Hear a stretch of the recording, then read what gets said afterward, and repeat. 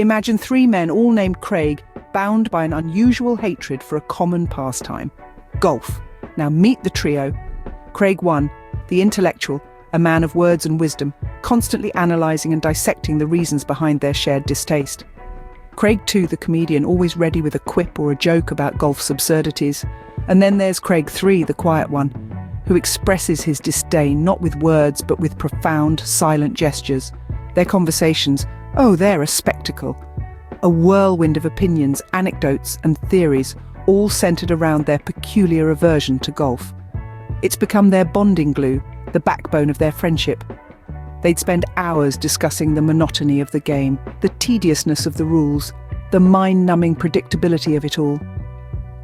The Craigs found unity in their shared loathing, a camaraderie that transcended the boundaries of their otherwise contrasting personalities. Craig 1 would often begin laying down the groundwork with his analytical insights. The game, he'd say, is a symbol of societal conformity, a relic of the past that refuses to evolve. Craig 2, never missing a beat, would chime in with a comedic twist. And let's not forget the ridiculous outfits. Who wears plaid anymore? He'd jest, sparking laughter. Craig 3, ever the silent observer, would simply nod, his silence speaking volumes. Their aversion to golf was so profound, so integral to their bond, it was as if they'd taken a solemn vow, an oath of shared repulsion.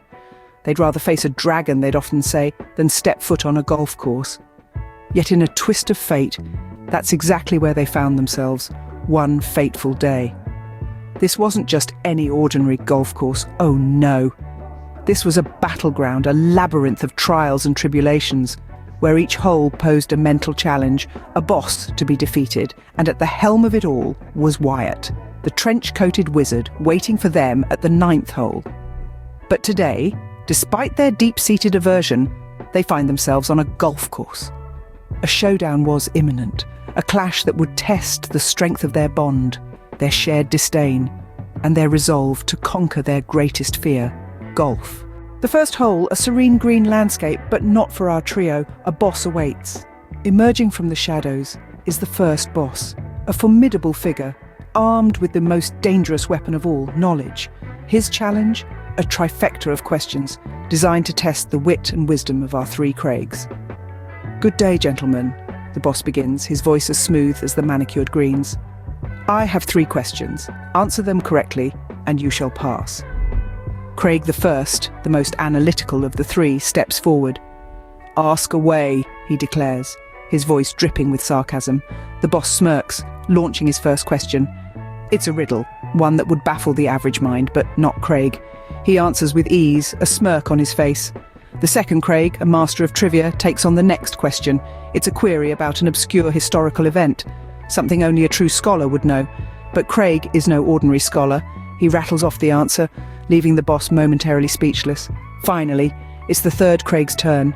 Known for his quick wit, the third question is a tricky one, a play on words that could easily trip anyone up. But not Craig. He gives his answer, a clever pun that has the others chuckling. The boss, visibly taken aback, takes a moment to recover. He had underestimated the Craigs. "Well done, gentlemen," he concedes, stepping aside to let them pass. "But remember, this is just the beginning." With a sigh of relief, the Craigs move on, victorious yet dreading the next hole. The first boss battle has been won, but there are still 8 more to go, each more challenging than the last.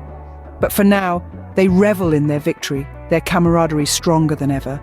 After all, what are a few riddles and trivia questions to 3 men named Craig?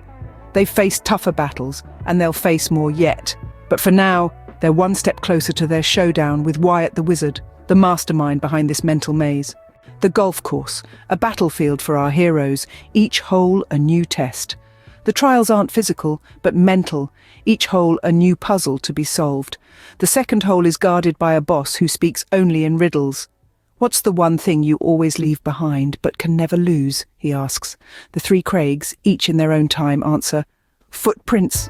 A chorus of groans and laughter follows the response.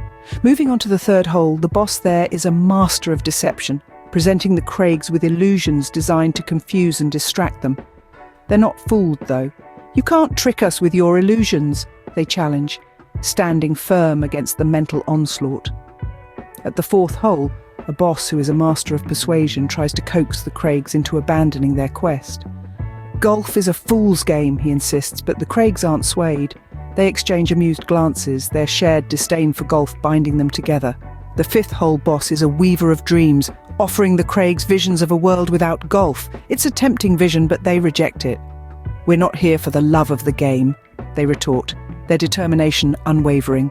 The sixth hole presents a boss who speaks in paradoxes. "The more you take, the more you leave behind." The Craigs pause. "Time," they answer in unison, their camaraderie evident. The seventh boss is a master of fear, sending waves of dread washing over the Craigs. But they don't falter. They push through the fear, their shared resolve stronger than any terror. The eighth hole boss is a master of despair, trying to drain the Craigs of their hope. But they won't have it. They rally against the despair, their shared hatred for golf a beacon of hope in the darkness. 8 holes conquered, 1 remains. The climax of their journey is at hand.